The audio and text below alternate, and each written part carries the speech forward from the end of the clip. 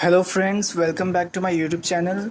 This is part 2 video of वह जन्मभूमि मेरी actually मैं एक ही में सारा MCQ बना देता, लेकिन पार्ट 2 वीडियो करना पड़ा क्योंकि जब मैं पार्ट 1 वीडियो बना रहा था तो बीच में वीडियो रिकॉर्डिंग स्टॉप हो गया था। उसका कारण था कि स्टोरेज फुल हो गया था मेरा फ़ोन का, इसलिए हमको पार्ट 2 वीडियो बनाना पड़ रहा है। इसलिए पार्ट 1 वीडियो में 15 क्वेश्चन और 15 तक है। सो पार्ट 2 वीडियो में हम लोग question number 16 to question number 41 तक हम चलेंगे। So without wasting any time let's get started. So question number 16, राष्ट्रीय आंदोलन में इन पर किसका सबसे ज़्यादा प्रभाव पड़ा, मतलब द्विवेदी जी पर किसका सबसे ज़्यादा प्रभाव पड़ा राष्ट्रीय आंदोलन में? तो लाल बहादुर शास्त्री, महात्मा गांधी, मोदी जी तो आजकल के हैं, राजेंद्र प्रसाद। तो आंसर इज महात्मा गांधी। तो क्वेश्चन नंबर 17, 3 नदियों का संगम का स्थान किस नाम से विख्यात है? प्रयाग, त्रिवेणी, इलाहाबाद, इनमें से सभी। आंसर इज त्रिवेणी। वे 3 नदियों का संगम जो वह त्रिवेणी नाम से विख्यात है। सो क्वेश्चन नंबर 18, द्विवेदी जी का कविताएं किसमें संकलित है? भैरवी, सेवाग्राम, जय भारत जय, इनमें से सभी। आंसर है इनमें से सभी, इन तीनों में संकलित है। ये सब किताब का नाम है, ध्यान रखना है। क्वेश्चन नंबर 19, कौन सी नदी लुप्त हो चुकी है? अलकनंदा, यमुना, गंगा, सरस्वती। Answer is Saraswati. इसका एक कहानी भी है सरस्वती जी का, ये सच है या झूठ हमको नहीं पता, लेकिन इसका कहानी है जो हमारे हिंदू ग्रंथों में मिलता है कि कोई गुरु का नाम नहीं पता, याद नहीं आ रहा है। गुरु था जो नदी के किनारे तपस्या कर रहा था, ध्यान कर रहा था। तो सरस्वती नदी का जो लहर था, जो उसका आवाज़ जो था सरस्वती नदी का लहर का, वह उसके ध्यान को डिस्टर्ब कर रहा था, बार बार डिस्टर्ब कर रहा था। इसलिए वह उसको वार्निंग भी दिया सरस्वती नदी को, तब भी सरस्वती नदी अपना लहर की आवाज़ करते रहा। कभी भी कोई भी नदी बहता है तो लहर का तो आवाज़ आता ही है। तो उसी में वह गुस्सा में आके सरस्वती नदी को श्राप दे दिया कि अब तुम लुप्त हो जाओगी। तो वही सच में हो गया। अब ये बात सच है या झूठ क्या पता। तो वही सरस्वती नदी का कहानी है ना। क्वेश्चन नंबर 20, इनके काव्य में कौन सा स्वर मुखरित हुआ है? राष्ट्रीय जागरण, भारत की गरिमापूर्ण संस्कृति, ग्राम सुधार, हरिजन उद्धार, समाज सुधार, इनमें से सभी। आंसर इज इनमें से सभी ना। क्वेश्चन नंबर 21, भारतवर्ष की पहाड़ियों से क्या निकलते हैं? नदी, चीता, झरने, इनमें से सभी। आंसर इज झरने। भारतवर्ष की पहाड़ियों से झरने निकलते हैं ना। क्वेश्चन नंबर 22, द्विवेदी जी का स्वर्गवास कब हुआ? 1980, 1908, 1988, 1981। आंसर इज गौ। 1988 में इनका स्वर्गवास हो गया, इनका निधन हो गया ना। क्वेश्चन नंबर 23, यहाँ की चिड़िया की चहचहाहट कहाँ सुनाई पड़ती है? पेड़ पर, आकाश में, झाड़ियों में।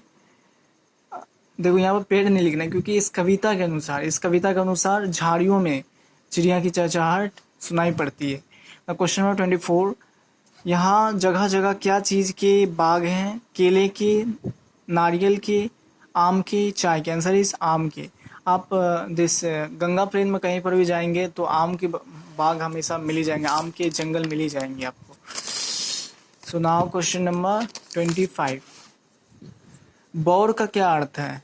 मंजर, फूल, फल, हवा। आंसर इज मंजर। क्वेश्चन नंबर 26, आम पर बौर कब आता है? बौर मतलब मंजर कब आता है? वसंत ऋतु में, वर्षा ऋतु में, गर्मी में? ऑफकोर्स वसंत ऋतु में ना। क्वेश्चन नंबर 17, कोयल की कूक कब सुनाई पड़ती है? जब आम पर बौर आता है, वसंत ऋतु में, वर्षा ऋतु में, इनमें से सभी। आंसर इज जब आम पर बौर आता है। देखो जब भी मंजर सब आता है आम में तो आपको कोयल की आवाज़ सुनाई देगी ना। क्वेश्चन नंबर 18, मलयाचल पर्वत से आती हुई हवा कैसी होती है? शीतल, मंद, सुगंधित, इनमें से सभी। आंसर इज इनमें से सभी। क्वेश्चन नंबर 29, मलयाचल पर्वत भारत के कौन सी दिशा में स्थित है? पूर्व दिशा में नहीं, पूर्व दिशा में नहीं, दक्षिण दिशा में। हाँ, दक्षिण दिशा में। अब दक्षिण दिशा को आप ये दक्षिण दिशा कौन सा है? हिमालय वाला दिशा नहीं है, दक्षिण दिशा साउथ इंडिया है।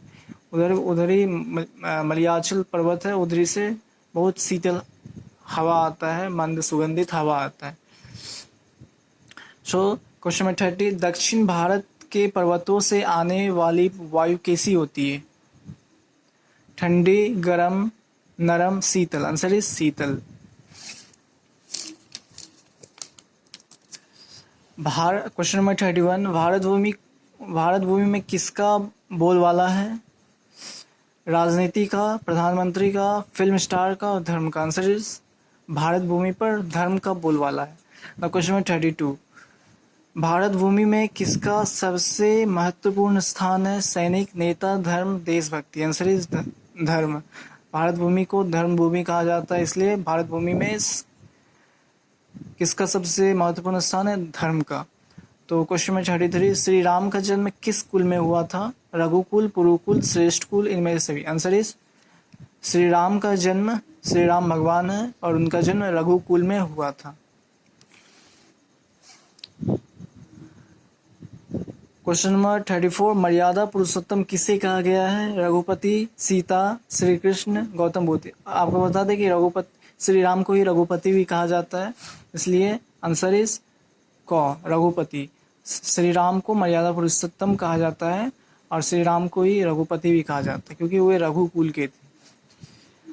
ना क्वेश्चन नंबर 35, रावण का अंत किसने किया? श्री कृष्ण, रघुपति, हनुमान, लक्ष्मण। आंसर इज रघुपति, श्री राम ने किया था।